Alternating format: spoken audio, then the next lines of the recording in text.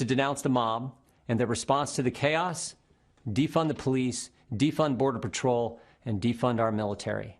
And while they're doing all this, they're also trying to take away your guns. Look at the positions they've taken in the past few months. Democrats won't let you go to church, but they'll let you protest. Democrats won't let you go to work, but they'll let you riot. And Democrats won't let you go to school, but they'll let you go loot. President Trump has fought against each of their crazy ideas. He's taken on the swamp, all of the swamp, the Democrats, the press, and the never-Trumpers. And when you take on the swamp fights back. They tried the Russia hoax, the Mueller investigation, and the fake impeachment. But in spite of this unbelievable opposition, this president has done what he said he would do. Taxes cut, regulations reduced, economy growing, lowest unemployment in 50 years, out of the Iran deal, embassy in Jerusalem, hostages home from North Korea, a new USMCA agreement, and of course he's building the wall and rebuilding our economy as we speak. I love the president's intensity and his willingness to fight every day in Washington for our families. But what I also appreciate about the president is something most Americans never get to see, how much he truly cares about people. Our family has seen it. 2 years ago, our nephew Eli was killed in a car accident. He lived a mile up the road from us, grew up wrestling and training with our boys, was a high school state champion, varsity athlete for the University of Wisconsin. It was a Saturday morning, 3 days after the accident. I walked to the car to head up to Eli's parents' home when the president called. We talked about a few issues, and then he asked how the family was doing. I said, "They're doing okay, Mr. President, but it's tough." The president said, "Yeah, losing a loved one is always difficult, and it's really tough when they're so young." I then said, "Mr. President, I'm actually walking into their house right now. Obviously, they don't know that I'm talking to you, but if you'd be willing to say hello to Eli's dad, you'd make a terrible day a little less terrible." "What's his name?" the president asked. I walked through the door and said, "Todd, the president wants to talk to you." For the next 5 minutes, family and friends sat in complete silence as the president of the United States took time to talk to a dad who was hurting. That's the president I've gotten to know the last 4 years. The president who shared private moments like this with soldiers, victims of violent crime, and people who've had businesses destroyed by the mob. That's the individual who's made America great again, and who knows America's best days are still in front of us. And that's why I'm busting my tail to help him get reelected. I'm asking you to do the same. Thank you, and God bless our country. I'm not an actor, a singer, or a politician. I'm Herschel Walker. Most of you know me as a football player, but I'm also a father, a man of faith, and a very good judge of character. I've known Donald Trump for 37 years, and I don't mean just casual ranting to him from time to time. I'm talking about a deep personal friendship. I watched him as an owner of a professional football team. Right after he bought the team, he set out to learn. He learned about the history of the team, the players, the coaches, every detail. Then he used what he learned to make the team better. I watched him in the boardroom. He can be in the middle of a big meeting, but if one of the kids was on the phone, he dropped everything to take the call. He taught me that the family should be your top priority. I watched him treat janitors, security guards, and waiters the same way he would treat a VIP. He made them feel special because he knew they were. He understands that they are the people who make this country run. They clean, they cook, they build, they drive, they deliver. He told me, "Herschel, make an effort to get to know people. Remember their names." That stuck with me. One time, I planned to take his kids to Disney World with my family. At the last minute, Donald said he'd like to join us. So there he was, in a business suit, on It's a Small World ride. That was something to see. It just shows you what a caring, loving father he is. It hurt my soul to hear the terrible names that people call Donald. The worst one is racist. I take it as a personal insult that people would think I've had a 37-year friendship with a racist. People who think that don't know what they're talking about. Growing up in the Deep South, I've seen racism up close. I know what it is, and it isn't Donald Trump. Just because someone loves and respects the flag, our national anthem, and our country, doesn't mean they don't care about social justice. I care about all those things. So does Donald Trump. He shows how much he cares about social justice in the black community through his actions. and his action speaks louder than stickers or slogans on a jersey. He keeps right on fighting to improve the lives of Black Americans and all Americans. He worked night and day. He never stops. He leaves nothing on the field. Some people don't like his style, the way he knocks down obstacles that get in the way of his goals. People on the opposing team didn't like when I ran over them either, but that's how you get the job done. I pray every night that God gives him more time. Give him 4 more years. He has accomplished so much almost all by himself on a constant attack. But there's still more work to be done. If you love America and want to make it better, Donald Trump is your president. He's my president, and I'm blessed to call him friend. Good evening. I'm Natalie Harp, a formerly forgotten American from California. In the classic Jimmy Stewart film, It's a Wonderful Life, George Bailey is given a great gift, the chance to see what the world would be like without him. Tonight, Mr. President, we'd like to give you that same gift, because without you, we'd all be living in Pottersville, sold out to a crooked Mr., or I should say, a crooked Mrs. Potter, with no hope of escape except death itself. I should know, because I wouldn't be alive today if it wasn't for you. About 5 years ago, I was the victim of a notoriously deadly medical error. I survived, but only to be diagnosed with a rare and terminal bone cancer. You know, the Democrats love to talk about healthcare being a human right. But a right to what? Well, I'll tell you. To them, it's a right to marijuana, opioids, and the right to die with dignity, a politically correct way of saying assisted suicide. I was told I was a burden to my family and to my country, and that by choosing to die early, I'd actually be saving the lives of others by preserving resources for them, rather than wasting them on a lost cause like myself. And when I failed the chemotherapies that were on the market, no one wanted me in their clinical trials. I'd make them look bad. They didn't give me the right to try experimental treatments, Mr. President. You did. And without you, I'd have died waiting for them to be approved. Now with the coronavirus, everyone knows what that feels like to be waiting for a cure.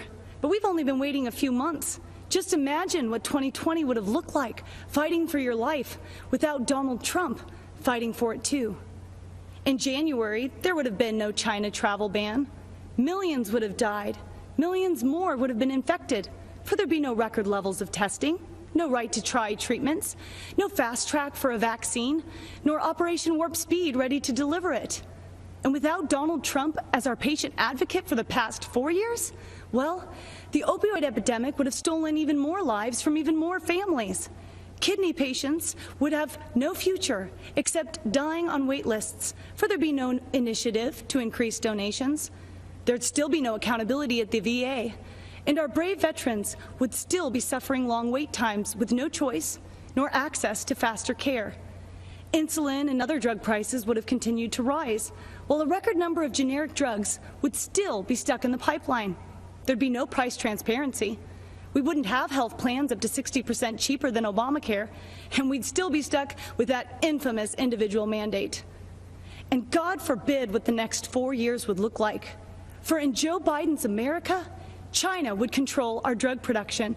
We'd be one step closer to government-run health care. We wouldn't just be unable to keep our doctors, we'd be lucky if we could see any doctor. And even then, some of us would be denied care.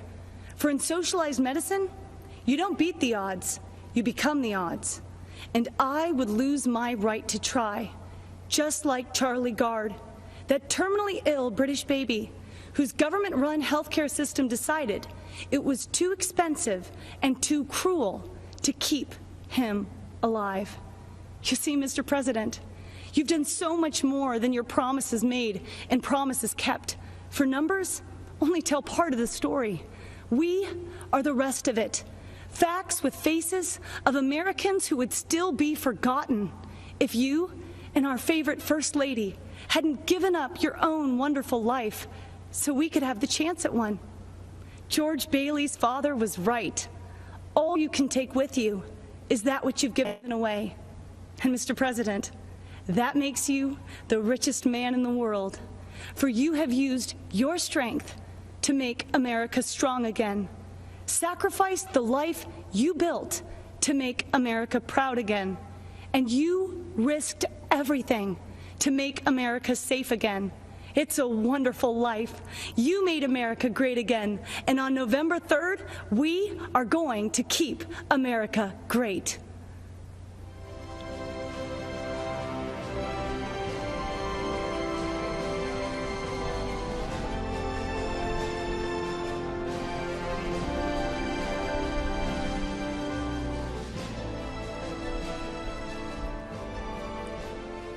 Hello, America.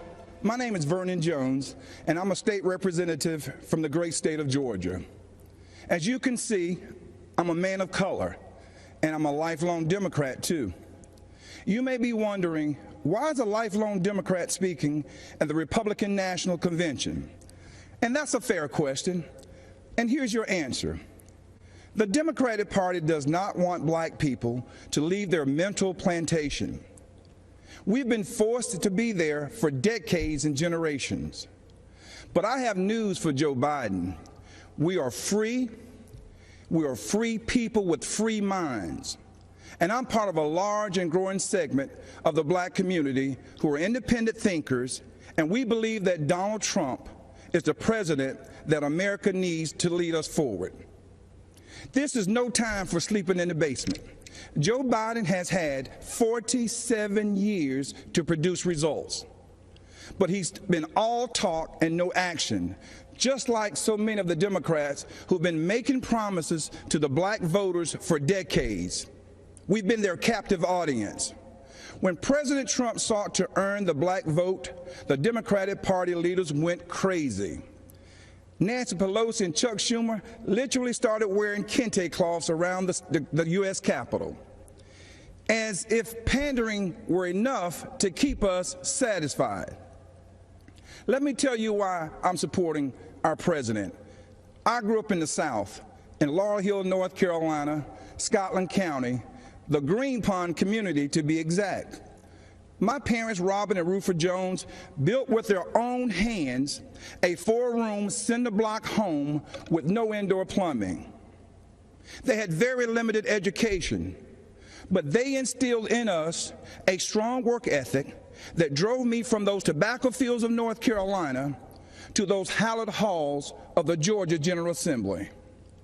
My parents taught me if I believed in God, worked hard, and treated every person fairly, there was no limit to what we could achieve. I attended North Carolina Central University, an historical black college. For generations, HBCUs have been the incubators that develop black scholars in math and science and religion, engineering, and politics. They have been important springboards for the black success. But Democrats haven't treated them that way. When President Trump took office, he changed everything. He delivered historic funding to HBCUs, and he guaranteed it for 10 years, something that's never happened in the history of this country. That gave our HBCUs stability, the chance to grow, and produce the next generation of black leaders. That's right, Donald Trump did that. He's also supported school choice to ensure that no child, no matter their race or zip code, is left behind. Every child should have access to a quality education. But education is just the beginning. The president also built the most inclusive economy ever, with record low unemployment for African Americans and record high participation in the workforce. He put opportunity zones in the Trump tax bill that would drive investment into our communities for decades to come. He put the interests of American workers, and especially black workers, first. That's right, Donald Trump did that. He delivered historic criminal justice reform. He ended once and for all the policy of incarceration of black people, which has decimated our communities, caused by no other than Joe Biden. Democrats wouldn't do it, Obama didn't want to do it, and Joe Biden and Kamala Harris definitely wouldn't do it. But Donald Trump did it. He's also working every day to make our communities safer. As a former executive of DeKalb County, Georgia, I directed one of the largest public safety departments in the Southeast. I've seen tragic shootings on both sides, officers killing citizens and citizens killing officers in the line of duty. Police officers are our fellow citizens. They live in our country. They have families too. They live in our communities. Unfortunately, Democrats have turned their backs on our brave police officers. They call it defunding, and it's a danger to our cities, our neighborhoods, and our children. Isn't it ironic that Democrat politicians have personal security to protect them? So why don't they forego their security and replace them with social workers, especially since that's what they want for you and me? Our police need more funding, not less, for frequent psychological examinations, for non-lethal remote restraint technology, and for more de-escalation and use of force training. These are the common sense solutions that President Trump supports. True, sincere police reform. That's right. Donald Trump did that too.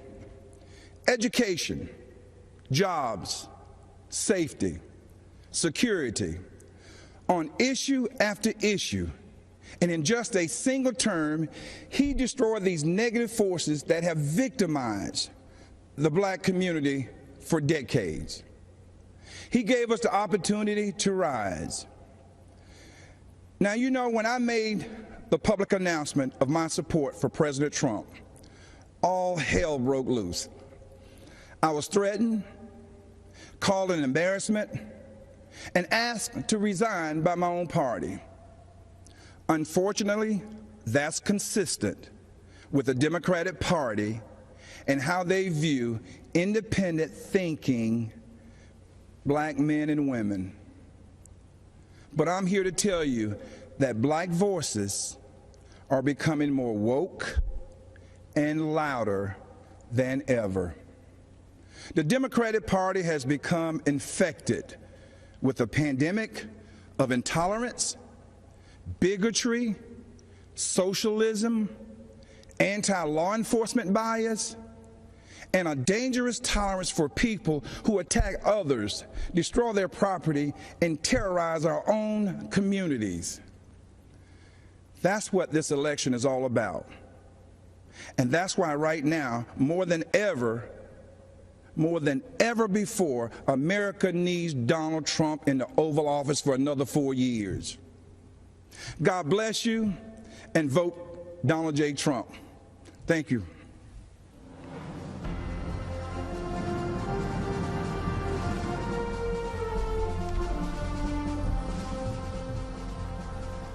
In 2018, a gunman walked into Marjorie Stoneman Douglas High School in Parkland, Florida, and changed my life forever. My name is Andrew Pollack. His name isn't worth saying. One of the seniors walking in the hallways that day was my beautiful daughter, Meadow. She was just months away from graduating and beginning a new life. We were so proud of the woman she had become. But in the hallway on that third floor, the gunman saw Meadow and shot her down the hallway, hitting her 4 times. After she was shot and on the floor, she crawled over to another student, a freshman girl, to protect her. She draped her body over her, and then the scumbag gunman shot my daughter at point-blank range 5 more times, killing Meadow and the girl she was shielding. She had a whole life ahead of her, and in that life, she could have done anything and been anything. So many moments that I waited so long for were taken from me. I didn't get to drop her off at college. I didn't get to walk her down the aisle. But every moment was taken from her, and for what? I never wanted this to become a political spectacle, but it did. I never wanted to meet the president like this, but I did. I was invited to the White House. The truth is, I had just buried my daughter that week. I really wasn't interested in public events like a tour or a photo op. I was interested in answers and solutions. So if the president wanted to meet me personally, I said I'd go. They said, of course, that was his plan. At the White House, my family and I sat with the president in the Oval Office and told him about Meadow. I told him what we knew. I told him that his administration needed to take a closer look at what went wrong and why. And I got to see who President Trump really is. He's a good man and a great listener, and he cuts through the BS. Then the president did what he said he would do. He took action. He formed a school safety commission that issued dozens of recommendations to make schools safer. But I'll bet you never heard about that.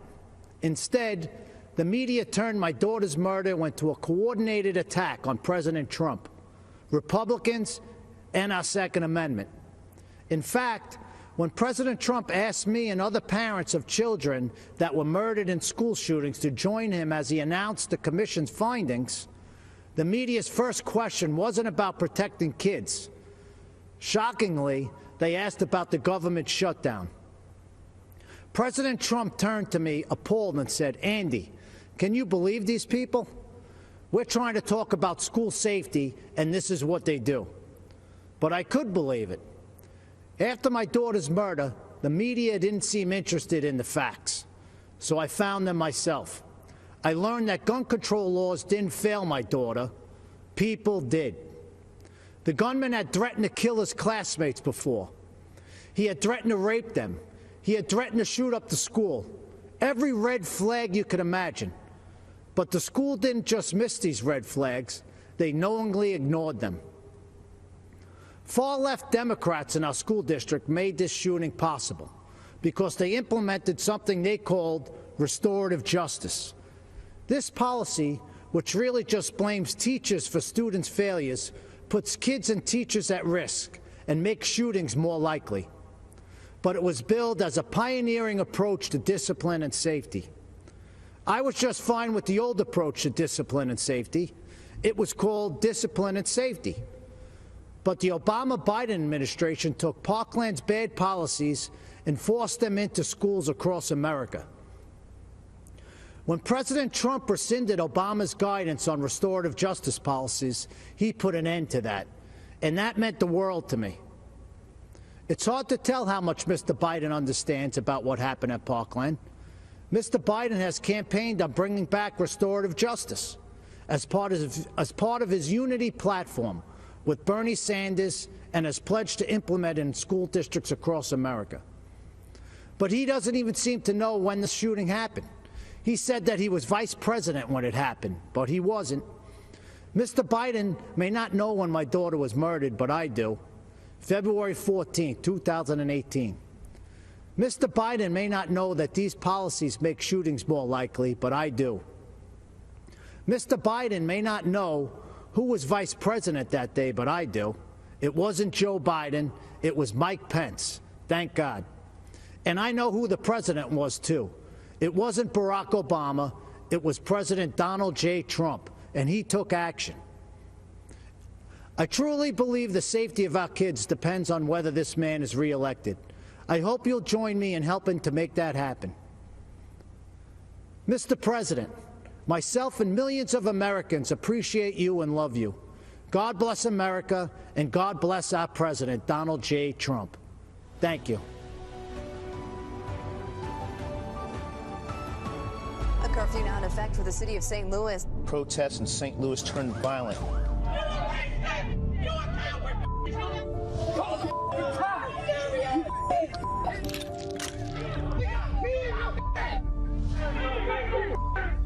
Mark McCloskeys says he and his family have been threatened with violence. Under Missouri law, you have a right to defend your home and the lives of your family. A search warrant has been executed at the home of Mark and Patricia McCloskeys. The husband and wife attorneys charged with pointing guns at protesters. They were simply trying to protect their home. Good evening, America. We are Mark and Patty McCloskey. We're speaking to you tonight from St. Louis, Missouri, where just weeks ago you may have seen us defending our home as a mob of protesters descended on our neighborhood. America is such a great country that not only do you have the right to own a gun and use it to defend yourself, but thousands of Americans will offer you free advice on how to use it. At least that's what we experienced. What you saw happen to us could just as easily happen to any of you who are watching from quiet neighborhoods around our country. And that's what we want to speak to you about tonight. That's exactly right.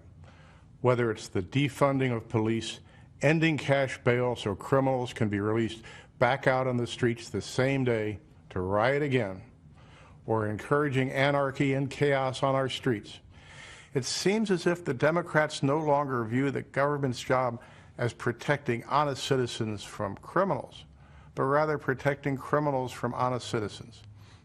Not a single person in the out-of-control mob you saw at our house was charged with a crime.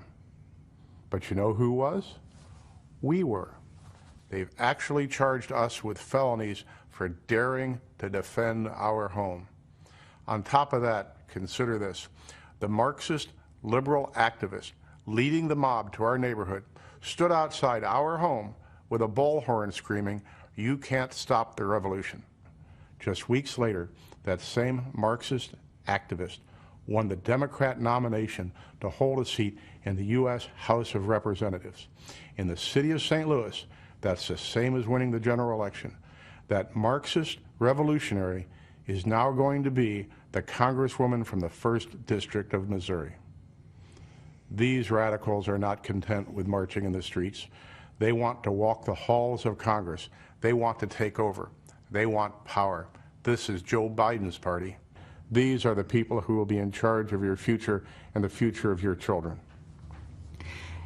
They're not satisfied with spreading the chaos and violence into our communities. They want to abolish the suburbs altogether by ending single-family home zoning. This forced rezoning would bring crime, lawlessness, and low-quality apartments into now thriving suburban neighborhoods. President Trump smartly ended this government overreach, but Joe Biden wants to bring it back.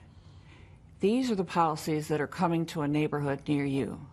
So make no mistake, no matter where you live, your family will not be safe in the radical Democrats' America.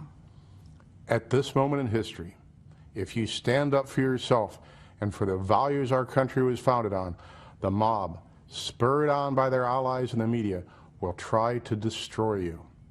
You've seen us on your TV screens and Twitter feeds. You know that we're not the kind of people who back down. Thankfully, neither is Donald Trump.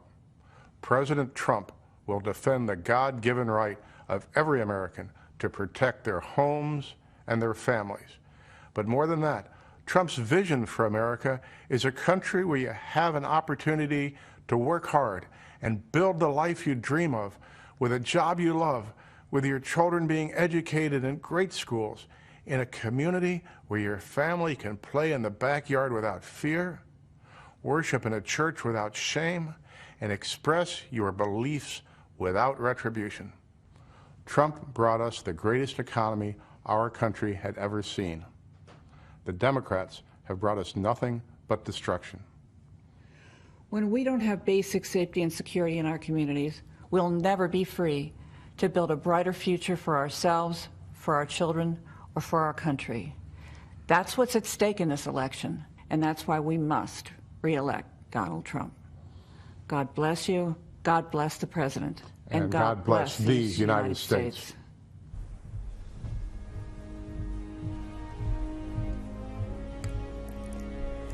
Good evening, America. I'm Kimberly Guilfoyle. I speak to you tonight as a mother, a former prosecutor, a Latina, and a proud American. And yes, a proud supporter of President Donald J. Trump. Why? Because he is the president who delivers for America. He built the greatest economy the world has ever known for the strivers, the working class and middle class. As Commander-in-Chief, he always puts America first. President Trump is the law and order president. Now, presidential leadership is not guaranteed. It is a choice. Biden, Harris, and the rest of the socialists will fundamentally change this nation. They want open borders, closed schools, dangerous amnesty, and will selfishly send your jobs back to China while they get rich. They will defund, dismantle, and destroy America's law enforcement. When you are in trouble and need police, don't count on the Democrats. As a first-generation American, I know how dangerous their socialist agenda is.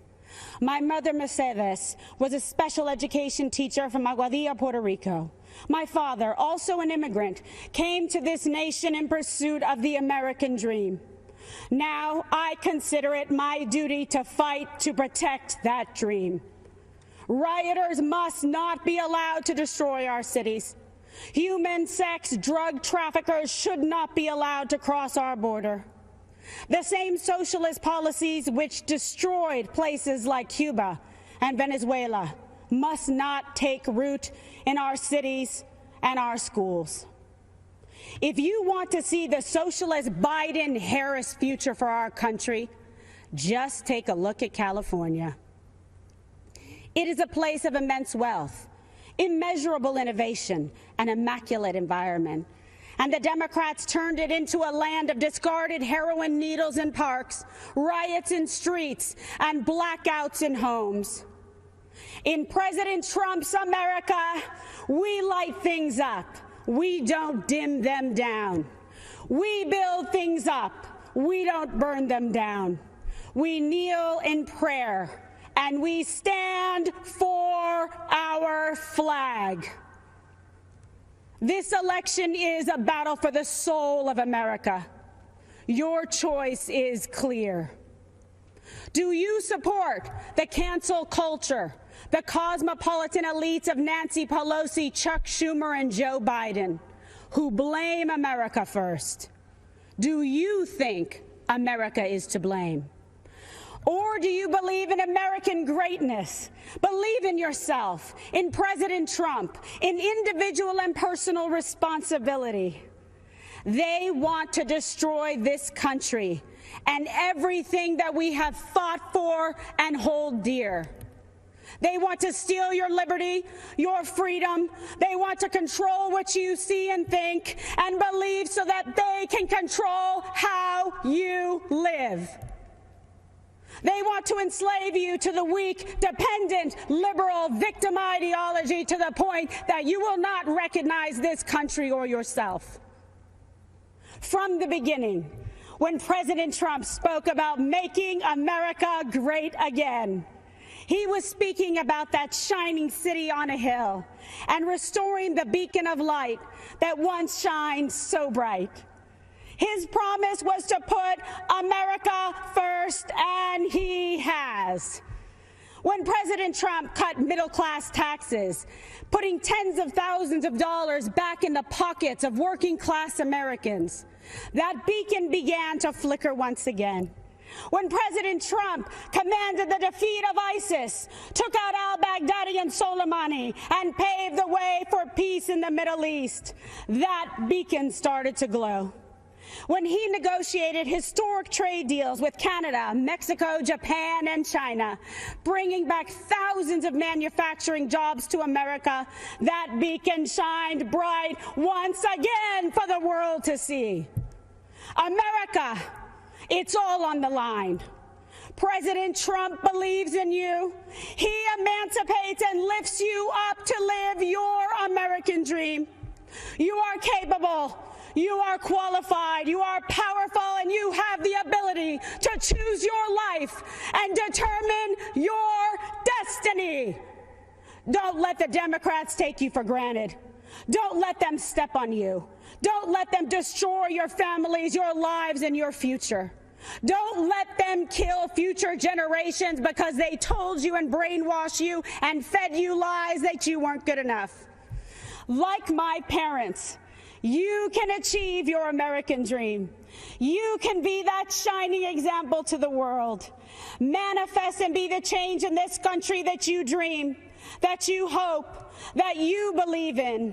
Stand for an American president who is fearless, who believes in you, and who loves this country and will fight for her.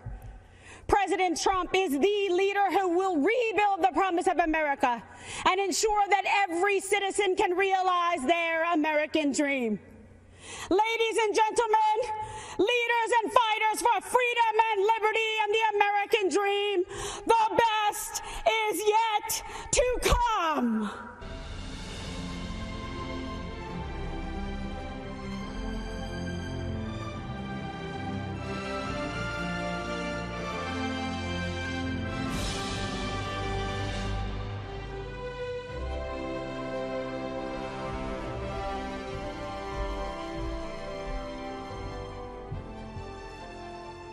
I'm Congressman Steve Scalise.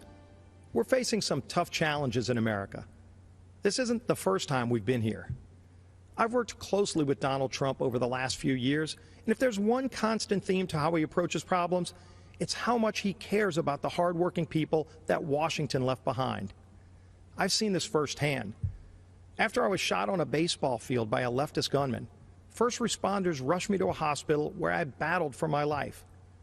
That same night, Donald Trump came to the hospital along with First Lady Melania Trump. They consoled my wife Jennifer. They were there for my family in my darkest hours. Donald Trump would call to check on me throughout the following weeks just to see how I was doing. That's the kind of person he is. That's the side of Donald Trump that the media will never show you. Look, there's a lot at stake. This is an election between a party that wants to burn down the foundations of our country to the ground and a party that wants to rebuild and protect our great nation. The left wants to defund the police. This is personal to me. I wouldn't be here without the bravery and heroism of the men and women in law enforcement who saved my life. President Trump stands with those brave men and women. Joe Biden has embraced the left's insane mission to defund them. There won't be an America to leave to our children and grandchildren without those brave law enforcement officers and first responders. Joe Biden's made a career in Washington for 47 years, promising things he's never delivered.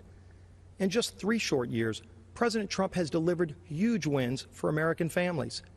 While Joe Biden made hollow promises when he chaired the Senate Judiciary Committee, Donald Trump took action and delivered criminal justice reform. Joe Biden claims to care about the working man, but millions of good manufacturing jobs were shipped overseas during the Obama-Biden years to countries like China. Donald Trump brought those jobs back. I've seen how deeply President Trump cares about rebuilding our evaporating middle class. President Trump pledged to give the forgotten men and women of America a real shot at the American dream. And again, he delivered. The lowest unemployment rate in over 50 years, women creating small businesses at record pace, wages rising, the fastest, by the way, for lowest income levels. What can Joe Biden say to that? What has Joe Biden done in his 47 years in Washington that can compare to that? President Trump has delivered for the hardworking people of this great nation. It's going to take that kind of bold leadership to get us out of this COVID crisis. After President Trump saved lives by shutting down flights from China and Europe, he's now focusing the full weight of the government on a revolutionary plan to cure this virus by cutting red tape and empowering scientists to create a vaccine.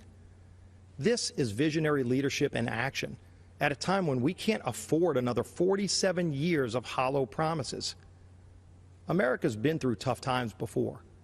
Who better to lead us out of these times than the president who already built the strongest economy our country has ever seen? Donald Trump did it before. Donald Trump will deliver for us again. God bless you, and God bless these United States of America.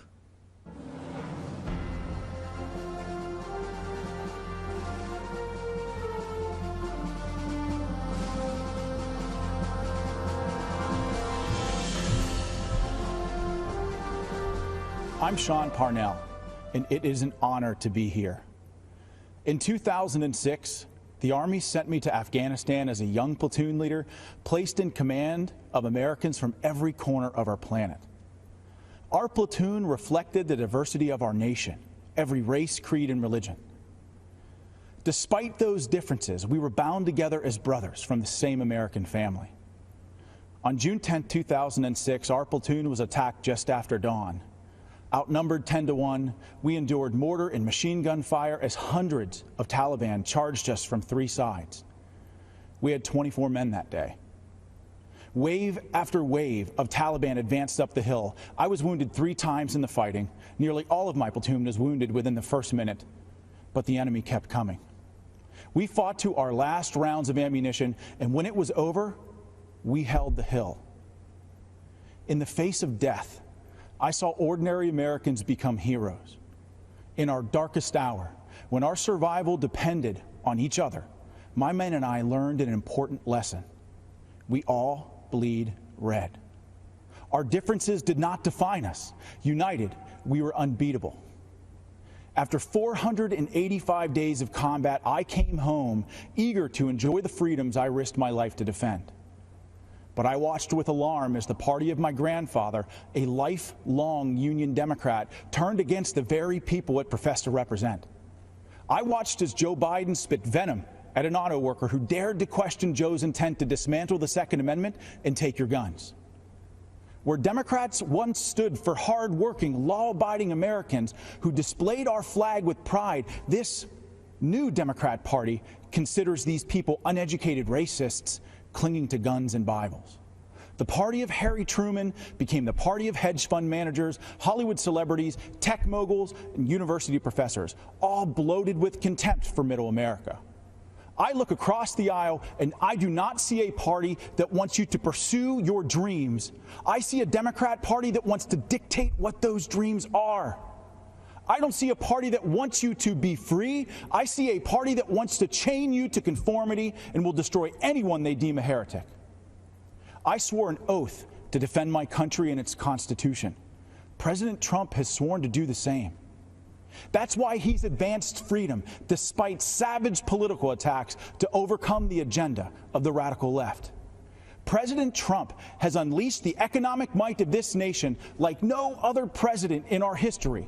He triggered the rising tide of working families, brought us energy independence, reclaimed jobs from overseas that, Democrats said would never return. He has fiercely defended the besieged First and Second Amendments. That is just a start. With 4 more years, imagine what we can achieve by simply working with our president. I believe in our president's vision for the future.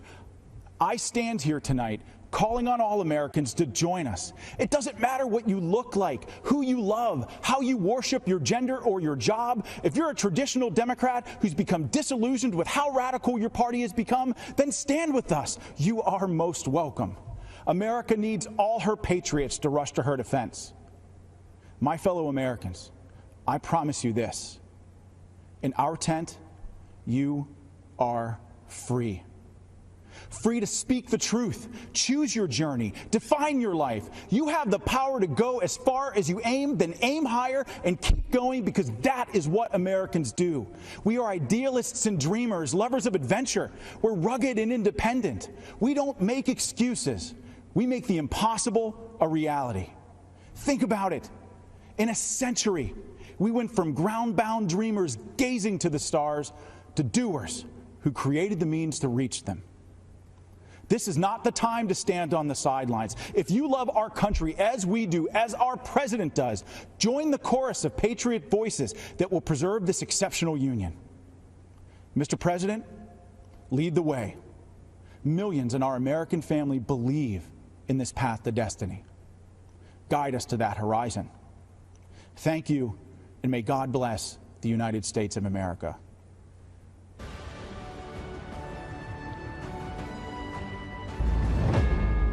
We come together to imagine a future determined by the shining light of our hopes and values and faith. A country where we are judged by our character with dignity and respect for all. The belief that all are created equal, that lives matter irrespective of race, creed, or color. Committed to excelling beyond our dreams. 4 years ago, we faced an historic crossroad. Career politicians promising change every election, but delivering emptiness. We chose a different path. A man who is not a politician. A man who cares. A man who works tirelessly for you. Still, politicians spun their deceptions and obstructed progress, fanning the flames of lawlessness. We all know that it is easy to criticize. It takes a true leader to solve problems. COVID-19, while others criticize without solutions. President Trump's swift action saved lives. And as leading Democrats want to keep businesses closed down, our president is leading the way for a full economic recovery. We are America, we as Americans work together to overcome challenges and write our own stories. America, land of promise, land of opportunity, land of heroes, land of greatness.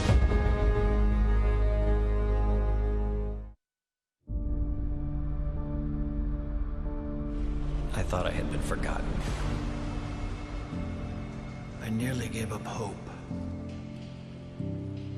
I was so afraid. I believed I would die here. American hostages, forgotten and wasting away in far-off prisons, wrongfully detained by foreign governments. Americans were beaten, abused, starved, and left for dead. Until President Donald Trump stepped in. The 3 American hostages finally back on U.S. soil after being held captive in North Korea. We're following some breaking news in Turkey where an American pastor, Andrew Brunson, has been released. An American jailed in Egypt is back in the U.S. this morning after an intervention by the Trump administration. A tough and skilled negotiator, President Trump successfully won the release of detainees and prisoners, among the most of any president in American history. While families waited in despair for news of their loved ones, President Trump provided a new spark of hope by bringing our hostages home. We have Danny Birch back home, where he should be. He was in Yemen in a very horrible situation. Yesterday, the United States government secured the release of Caitlin Coleman, Joshua Boyle, and their 3 children. Today, we are bringing home another American citizen. We just had news that Turkey released a prisoner that we were trying to get to the United States. Under this administration, America has not and will not turn its back on our people. President Trump will bring them home.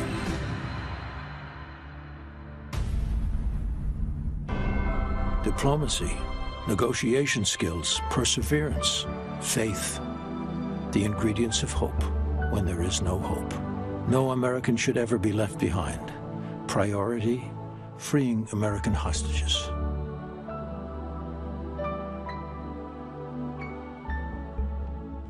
We have 6 incredible people who were held hostage by various countries, and I'm very pleased to let everybody know that we brought back over 50 hostages from 22 different countries. We worked very hard on it, Ambassador O'Brien and others, and I will tell you, we're very proud of the job we did. But I'd like to ask maybe Pastor Brunson to say a few words so we can go through and just give us a little history of what happened and how is life treating you. I was held in Turkey for 2 years, and you took unprecedented steps, actually, to secure my release, and your administration really fought for me. And I think if you hadn't done that, I may still be in Turkey. So I'm very grateful. 28 years, right? They had you there they had you scheduled for a long time, Andrew. Yes. We had to get you back. And I have to say that, to me, President Erdogan was very good. And I know they had you scheduled for a long time, and you were a very innocent person.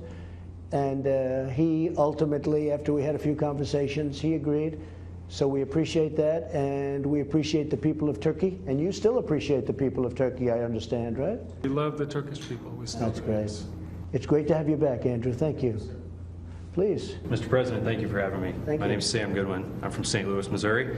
I was held in Syria for 63 days, and I think I speak for my fellow former hostages and detainees here when I say I'm as grateful as I've ever been for anything to be home safely. And thank you for the invitation and opportunity to be here. Particularly, Ambassador O'Brien was incredibly supportive and helpful to my family, and can't say enough nice things about him. Thank you for promoting him. Good. And just really happy to be here, so thank you.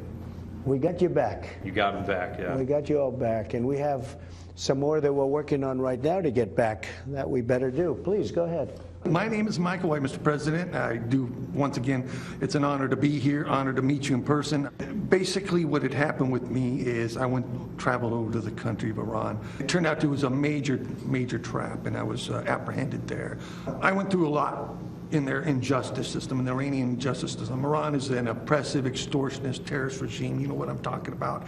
But what you did, sir, is you were able to get me out of that prison in record time. It was amazing. Thank you very much. Well, thank you, really friend. The appreciate honor's it. all mine. Please. Yeah, my name's Josh Holt. This is my wife, Tammy. Yes. We were held hostage in Venezuela for 2 years. I know very well. And you helped us get out. Senator Hatch worked with you very well on that as well. And it was a great honor to be able to meet you right when we got back. And I remember a lot of people asking me, what was it like meeting President Trump? And I just say I was blown away. I had just gotten released after 2 years. Then I'm shaking the hand of the president in the Oval Office. So I don't really remember a whole lot of it. So it's nice to meet you again. And it's been great. It's been great to be back, helping people through situations that they've gone through. And now we have started our family. Well, the great people of Utah really wanted me to do something about the two of you, and we were able to do it. And a little bit of a miracle, I think, frankly. It was. Because it was a very hostile period. And we appreciate everybody working so hard with us, but we were able to get you both back. And are you living in Utah now, I hope? We're still living in Utah. That's good. We'll say hello to the folks in Utah, because they're great people. Thank you very much. Congratulations. Thank you. Please. I'm Brian there. Spent an unexpected trip there in India. I was not going to India. I was going through India to Nepal, where I've been working for the last 18 years. But on behalf of my family and myself, thank you, President Trump, for getting us out and getting us home. The darkest moment of our whole time together, your letter to my wife came. And it really gave her the hope and the peace. And that's great. From that time forward, as more people got involved, especially the ambassador there in India, things became more peaceful, and the hope was there for the last 4 months that we really would get to come home, because they had planned on keeping me for 3 to 5 years. The original charge thing was 3 to 5 years, right. And that was cleared, and then they came up with new charges to do a 7-year term. Well, India responded very well to my request. Good. So we appreciate that. And I appreciate everything y'all did. Thank you all for being with us. We have a few more people we want to get back, and we will get them back, and they'll be back very soon. Thank you very much. Appreciate it. Great stories.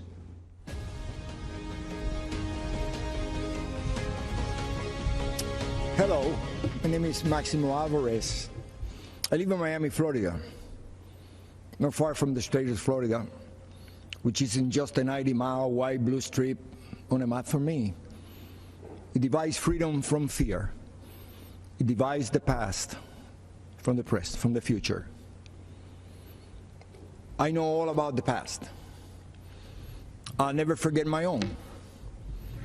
My family has fled totalitarianism and communism more than once. First my dad from Spain, then from Cuba. But my families don't run away. By the grace of God, I live the American dream, the greatest blessing I ever had. My dad, who only had a 6th grade education, told me, don't lose this place. You'll never be as lucky as me. I'm speaking to you today because my family is done abandoning what we rightfully earned. There's no place to hide. I'm speaking to you today because President Trump may not always be politically correct. He's in fact a successful businessman, not your average career politician.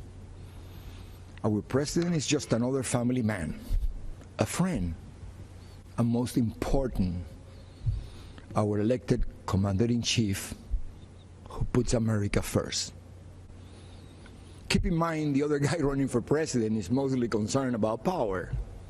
Yes, power for them, but not for the benefit of all Americans. I'm speaking to you today because I have seen people like this before. I've seen movements like this before. I've seen ideas like this before. And I am here to tell you, we cannot let them take over our country. I heard the promises of Fidel Castro, and I can never forget all those who grew up around me, who look like me, who suffered and starved and died because they believed those empty promises. They swallowed the communist poison pill. If you have a chance, go to the Freedom Tower in Miami. Stop and listen. You can still hear the sounds of those broken promises.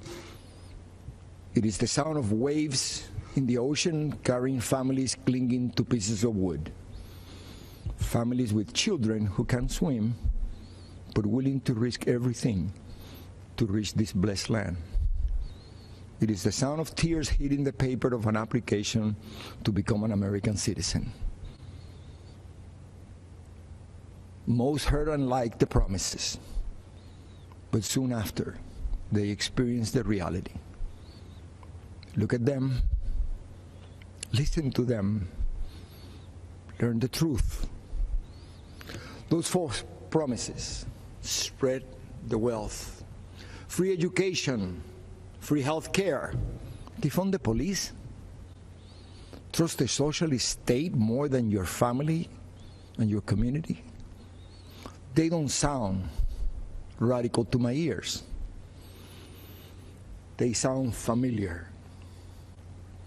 And Fidel Castro was asked if he was a communist. He said he was a Roman Catholic. He knew he had to hide the truth.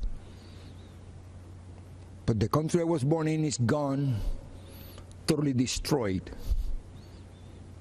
When I watch the news in Seattle, Chicago, Portland, and other cities, when I see the history being rewritten, when I hear the promises, I've heard echoes of the former life I never wanted to hear again. I see shadows I thought I had outrun. My parents only wanted one person to decide my fate: me. Not some party member, not some government official, not some bureaucrat. In America, I would decide my own future. I am so grateful to America, the place where I was able to build my American dream through hard work and determination. President Trump knows that the American story was written by people just like you and I, who love our country and take risks to build a future for our families and neighbors.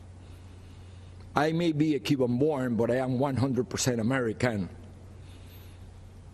This is the greatest country in the world. And I said this before: if I gave away everything that I have today, it would not equal 1% of what I was given when I came to this great country of ours. The gift of freedom. Right now, it is up to us to decide our fate and to choose freedom over oppression. President Trump, he's fighting the forces of anarchy and communism. And I know he will continue to do just that. And what about his opponent and the rest of the DC swamp? I have no doubt they will hand the country over to those dangerous forces. You and I will decide. And here's what I've decided. My decision is very easy. I choose President Trump because I choose America. I choose freedom. I still hear my dad.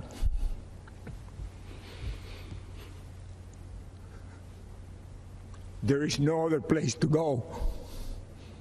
Thank you, and may the good Lord bless America.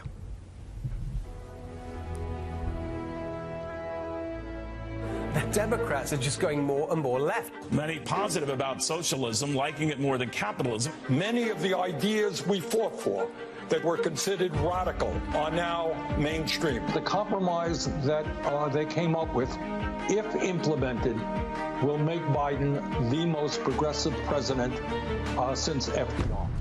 The radical left has taken over the Democratic Party, and Joe Biden is marching in lockstep with them. Biden and the far left are promising to crush middle-class families with trillions in new taxes. If you elect me, your taxes are going to be raised, not cut. Promising amnesty and health care for 11 million illegal immigrants. Citizenship for 11 million undocumented folks. Promising to shut down energy exploration, killing jobs, and hurting America's economy. I guarantee we're going to end fossil fuel. In Joe Biden's America, the radical left get whatever they want, and you get to pay for it. They've already taken over Joe Biden and the Democratic Party. Don't let them take over America.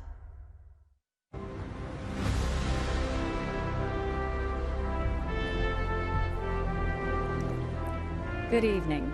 I'm Nikki Haley, and it's great to be back at the Republican National Convention. I'll start with a little story. It's about an American ambassador to the United Nations, and it's about a speech she gave to this convention.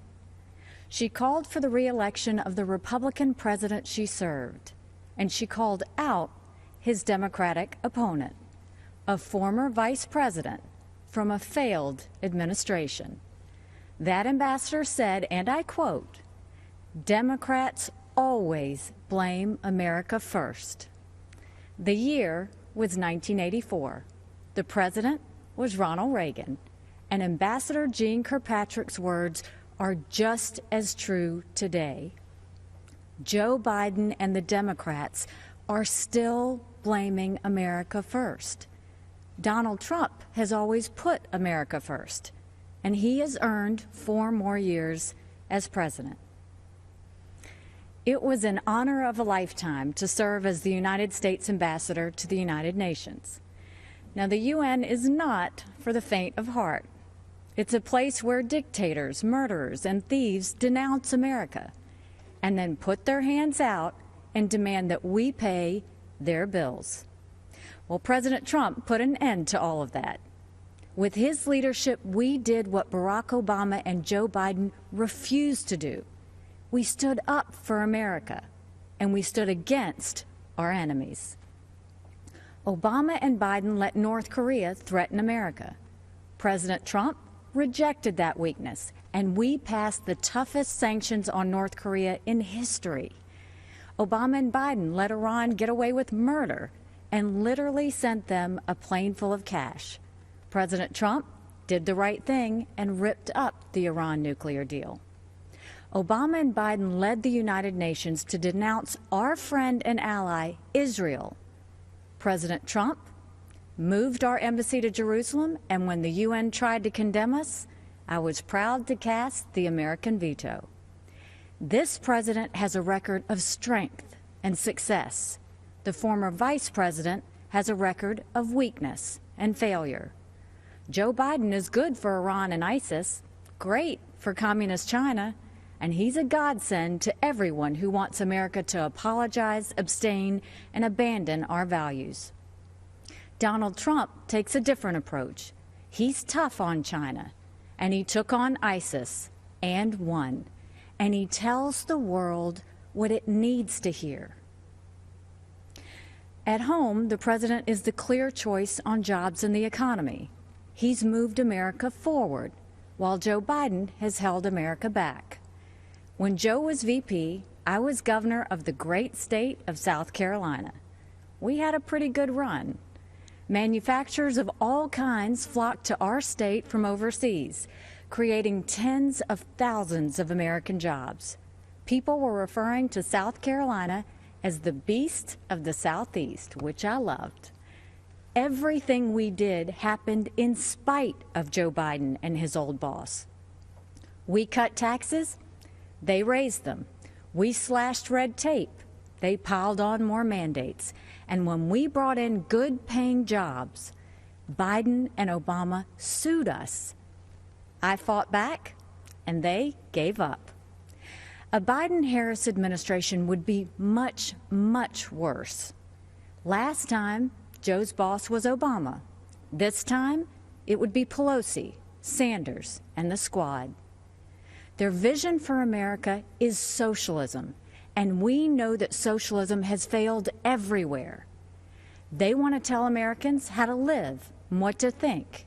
They want a government takeover of health care. They want to ban fracking and kill millions of jobs. They want massive tax hikes on working families. Joe Biden and the socialist left would be a disaster for our economy. But President Trump is leading a new era of opportunity. Before Communist China gave us the coronavirus, we were breaking economic records left and right. The pandemic has set us back, but not for long. President Trump brought our economy back before, and he will bring it back again. There's one more important area where our president is right. He knows that political correctness and cancel culture are dangerous and just plain wrong. In much of the Democratic Party, it's now fashionable to say that America is racist. That is a lie. America is not a racist country. This is personal for me. I am the proud daughter of Indian immigrants. They came to America and settled in a small southern town. My father wore a turban. My mother wore a sari.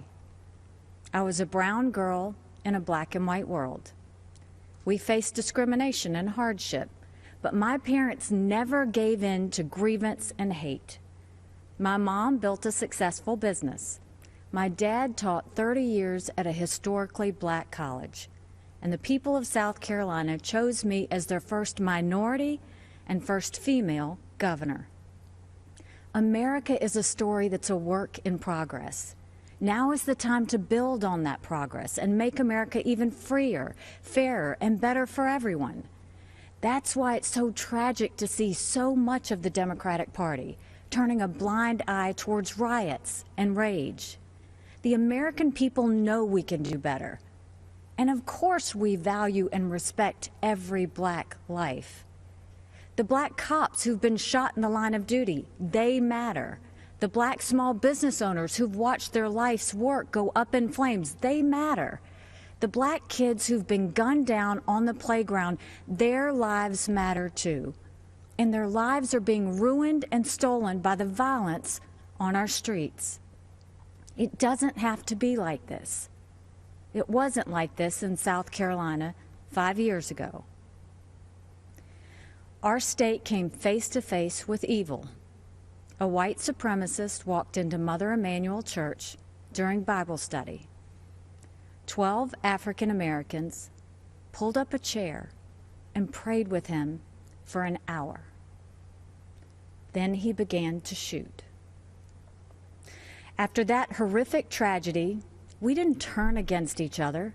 We came together, black and white, Democrat and Republican. Together we made the hard choices needed to heal and removed a divisive symbol peacefully and respectfully. What happened then should give us hope now. America isn't perfect, but the principles we hold dear are perfect. There's one thing I've learned. It's that even on our worst day, we are blessed to live in America. It's time to keep that blessing alive for the next generation. This president and this party are committed to that noble task. We seek a nation that rises together, not falls apart in anarchy and anger. We know that the only way to overcome America's challenges is to embrace America's strengths. We are striving to reach a brighter future where every child goes to a world-class school chosen by their parents, where every family lives in a safe community with good jobs, where every entrepreneur has the freedom to achieve and inspire, where every believer can worship without fear and every life is protected, where every girl and boy, every woman and man of every race and religion has the best shot at the best life. In this election, we must choose the only candidate who has and who will continue delivering on that vision. President Trump and Vice President Pence have my support, and America has our promise. We will build on the progress of our past and unlock the promise of our future. That future starts when the American people re-elect President Donald Trump. Thank you, good night, and may God always bless America.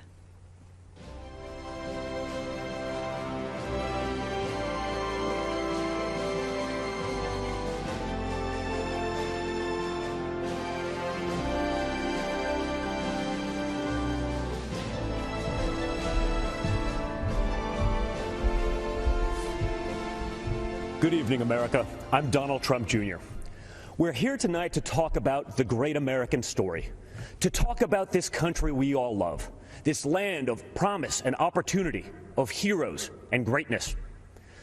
Just a few short months ago, we were seeing the American dream become a reality for more of our citizens than ever before.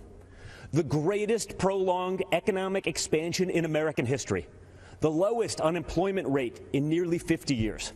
The lowest unemployment rates ever for Black Americans, Hispanic Americans, women, and pretty much every other demographic group. And then, courtesy of the Chinese Communist Party, the virus struck. The president quickly took action and shut down travel from China. Joe Biden and his Democrat allies called my father a racist and a xenophobe for doing it. They put political correctness ahead of the safety and security of the American people. Fortunately, as the virus began to spread, the president acted quickly and ensured ventilators got to hospitals that needed them most. He delivered PPE to our brave frontline workers, and he rallied the mighty American private sector to tackle this new challenge. There's more work to do, but there is a light at the end of the tunnel. Job gains are outpacing what the so-called experts expected. But Biden's radical left-wing policies would stop our economic recovery cold. He's already talking about shutting the country down again. It's madness. Democrats claim to be for workers, but they've spent the entire pandemic trying to sneak a tax break for millionaires in Democrat states into the COVID relief bill. Then they attacked my father for suspending the payroll tax for middle-class workers. In fact, if you think about it, Joe Biden's entire economic platform seems designed to crush the working man and woman. He supported the worst trade deals in the history of the planet. He voted for the NAFTA nightmare. Down the tubes went our auto industry. He pushed for TPP. Goodbye, manufacturing jobs. Beijing Biden is so weak on China that the intelligence community recently assessed that the Chinese Communist Party favors Biden. They know he'll weaken us both economically and on a world stage. Biden also wants to bring in more illegal immigrants to take jobs from American citizens. His open border policies would drive wages down for Americans at a time when low-income workers were getting real wage increases for the first time in modern history. He's pledged to repeal the Trump tax cuts, which were the biggest in our country. After 8 years of Obama and Biden's slow growth, Trump's policies have been like rocket fuel to the economy, and especially to the middle class. Biden has promised to take that money back out of your pocket and keep it in the swamp. That makes sense, though, considering Joe Biden is basically the Loch Ness Monster of the swamp. For the past half century, he's been lurking around in there. He sticks his head up every now and then to run for president. Then he disappears and doesn't do much in between. So if you're looking for hope, look to the man who did what the failed Obama-Biden administration never could do and built the greatest economy our country has ever seen. And President Trump will do it again. We will be stronger than ever because when we put our mind to it, there is no obstacle that America can't surmount. Except there's a difference this time. In the past, both parties believed in the goodness of America. We agreed on where we wanted to go. We just disagreed on how to get there. This time, the other party is attacking the very principles on which our nation was founded. Freedom of thought, freedom of speech, freedom of religion, the rule of law. Thomas Jefferson famously said, "I have sworn upon the altar of God eternal hostility against every form of tyranny over the mind of man." Our founders believed there was nothing more important than protecting our God-given right to think for ourselves. Now, the left, They're trying to cancel all of those founders. They don't seem to understand this important principle. In order to improve in the future, we must learn from our past, not erase it. So we're not going to tear down monuments and forget the people who built our great nation. Instead, we will learn from our past so we don't repeat any mistakes. And we will work tirelessly to improve the lives of all Americans. Joe Biden and the radical left are now coming for our freedom of speech. They want to bully us into submission. If they get their way, it will no longer be the silent majority. It will be the silenced majority. This has to stop. Freedom of expression used to be a liberal value, at least before the radical left took over. Now the Republican Party is the home of free speech, the place where anyone from any background can speak their mind, and may the best ideas win. People of faith are under attack. You're not allowed to go to church, but mass chaos in the streets gets a pass. It's almost like this election is shaping up to be church, work, and school versus rioting, looting, and vandalism. Or, in the words of Biden and the Democrats, peaceful protesting. Anarchists have been flooding our streets, and Democrat mayors are ordering the police to stand down. Small businesses across America, many of them minority-owned, are being torched by mobs. The Democrat mayors pretend it's not happening. They actually called it a summer of love. And that brings me to another important principle. Every American must be free to live without fear of violence in your country, in your communities, and in your homes. All men and women are created equal and must be treated equally under the law. That's why we must put an end to racism, and we must ensure that any police officer who abuses their powers is held accountable. What happened to George Floyd is a disgrace, and if you know a police officer, you know they agree with that too. But we cannot lose sight of the fact that our police are American heroes. They deserve our deepest appreciation. Because no matter what the Democrats say, you and I both know when we dial 911, we don't want it going to voicemail. So defunding the police is not an option. Everything starts with safety and security. You can't have anything else without it. You can't focus on building a better future for your children without the peace of mind that they can study safely in their classrooms, play safely in their neighborhoods, and sleep safely in their beds. But safety is only the beginning. Trump's America is a land of opportunity, a place of promise. I was fortunate enough to grow up in a family that could afford the best schools and the finest universities. But a great education cannot be the exclusive right of the rich and powerful. It must be accessible to all. And that's why my dad is pro-school choice. That's why he's called education access the civil rights issue, not just of our time, but of all time. It is unacceptable that too many African American and Hispanic American children are stuck in bad schools just because of their zip code. Donald Trump will not stand for it. If Democrats really wanted to help minorities and underserved communities, instead of bowing to big money union bosses, they'd let parents choose what school is best for their kids. They'd limit immigration to protect American workers. They'd support the police who protect our neighborhoods. They'd learn how to negotiate trade deals that prioritize America's interests for a change. They'd end the endless wars and quit sending our young people to solve problems in foreign lands. They'd cut taxes for families and workers. They'd create opportunity zones that drive investment into inner cities. In other words, if Democrats cared for the forgotten men and women of our country, they'd do exactly what President Trump is doing. America is the greatest country on earth, but my father's entire worldview revolves around the idea that we can always do even better. Imagine the life you want to have, one with a great job, a beautiful home, a perfect family. You can have it. Imagine the country you want to live in, one with true equal opportunity, where hard work pays off and justice is served with compassion and without partiality. You can have it. Imagine a world where the evils of communism and radical Islamic terrorism are not given a chance to spread, where heroes are celebrated and the good guys win. You can have it. That is the life. That is the country. That is the world that Donald Trump and the Republican Party are after. And yes, you can have it. Because unlike Joe Biden and the radical left Democrats, our party is open to everyone. It starts by rejecting radicals who want to drag us into the dark and embracing the man who represents a bright and beautiful future for all. It starts by re-electing Donald J. Trump, President of the United States. Thank you, and God bless America.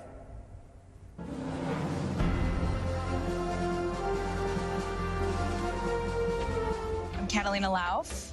I work in the political space. And I'm Madeline Lauf, and I'm the founder of Begin Health, a children's nutritional company. We grew up in a really small town outside of Chicago. Our mom's from Guatemala. Our dad's a small business owner from Chicago, and so we brought two different cultures together to create us. A little bit of crazy and a little bit of fun, I guess. They taught us the values of hard work, liberty, to love this country unapologetically. Our dad is a beekeeper and just had so many different things out in the countryside, and it was just such a sweet, We quaint. grew up selling honey at farmers markets, so my line was, have you ever been stung by a bee? But really, it was teaching us, again, entrepreneurship, small business, self-reliance, and that we're the ones that need to put in the hard work to get what we want. You know, my mother being from Guatemala, escaping what she had there, growing up in poverty, and coming here to the United States, being able to fulfill her destiny and be somebody that she couldn't there in her home country. And they really instilled in us the sense of purpose, but also self-accountability, and that we had to strive to do the things that we wanted, and it was up to us to make those things happen. In America, there's no ceiling of opportunity. You know, you define your own destiny through personal responsibility, through hard work, through having a moral value system. That's the American dream, and President Trump's providing that for everybody. Look at my business, Begin Health. As a small startup that is growing and launching, we are constantly trying to innovate, and the big challenge that COVID brought that we just didn't see coming was that just almost everything kind of just shut down. And when you are a small startup and you have limited funding, and the funding is really only to kind of get you to that next milestone, we were really struggling. And so we were able to apply for a PPP loan, which really helped allow us to continue hiring and working and developing our products so that we could ultimately still launch. It's now more than ever so important to have a president and an administration that understands that small business is the backbone of our economy. Tax Cuts and Jobs Act was huge. Manufacturing, deregulation, fair trade.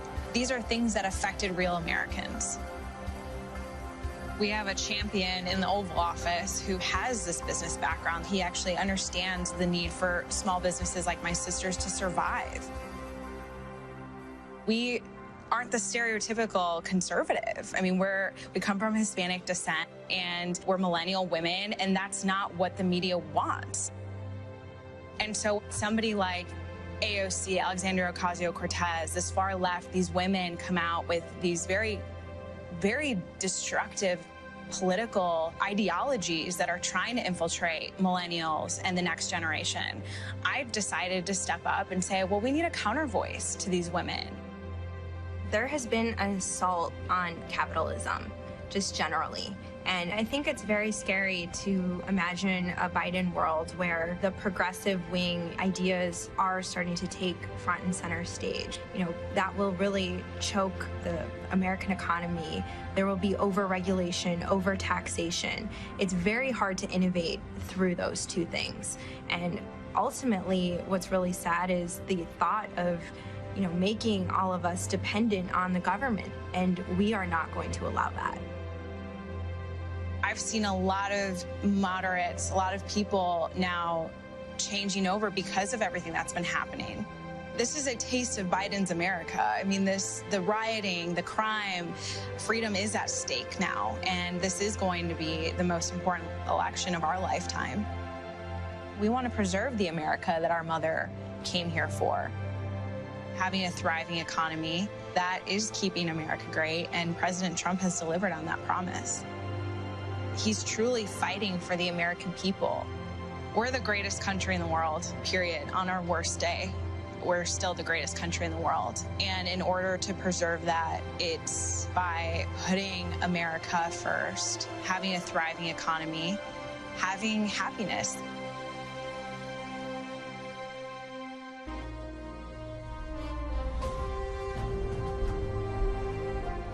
Good evening. I'm Senator Tim Scott from the great state of South Carolina. To all of you tuning in and participating in the political process, God bless you.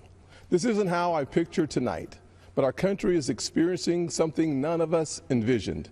From a global pandemic to the deaths of George Floyd and Breonna Taylor, 2020 has tested our nation in ways we haven't seen for decades. But regardless of the challenges presented to us, every 4 years, Americans come together to vote, to share stories of what makes our nation strong and the lessons we have learned that can strengthen it for further generations.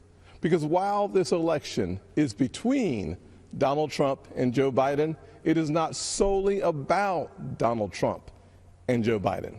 It's about the promise of America. It's about you and me, our challenges and heartbreaks, hopes and dreams. It's about how we respond when tackling critical issues like police reform, when Democrats called our work a token effort and walked out of the room during negotiations because they wanted the issue more than they wanted a solution. Do we want a society that breeds success or a culture that cancels everything it even slightly disagrees with? I know where I stand because, you see, I am living my mother's American dream. My parents divorced when I was 7 years old, and we moved in with my grandparents into a 2-bedroom home with me, my mom, and my brother sharing a room and one bed. My mom worked 16 hours a day to keep food on the table and a roof over our heads. She knew that if we could find the opportunity, bigger things would come. I thought I had to use football to succeed in life, and my focus on academics faded away. My freshman year, I failed out. I failed 4 subjects: Spanish, English, world geography, and even civics. Trust me, though, after 7 years in the Senate, I know I'm not the only one in Congress who failed civics. But even while I was failing the 9th grade, my mother always said to me, "Timmy, if you would just shoot for the moon, even if you miss, you'll be among the stars." She never lost faith in me, even when I lost faith in myself. Because of her encouragement, I went to summer school and caught up. The next year, I met my mentor, John Moniz, a Chick-fil-A operator. John saw something in me that I could not see in myself and started teaching me valuable life lessons. Like having a job would be a good thing, but creating jobs would be even better. That having an income could change my lifestyle, but creating a profit could change my community. He planted the seeds of what would become Opportunity Zones. This initiative that the President and I worked together on is now bringing more than $75 billion of private sector investment into distressed communities. I took those lessons to heart and started putting the pieces of my life back together. I realized a quality education is the closest thing to magic in America. That's why I fight to this day for school choice, to make sure every child in every neighborhood has a quality education.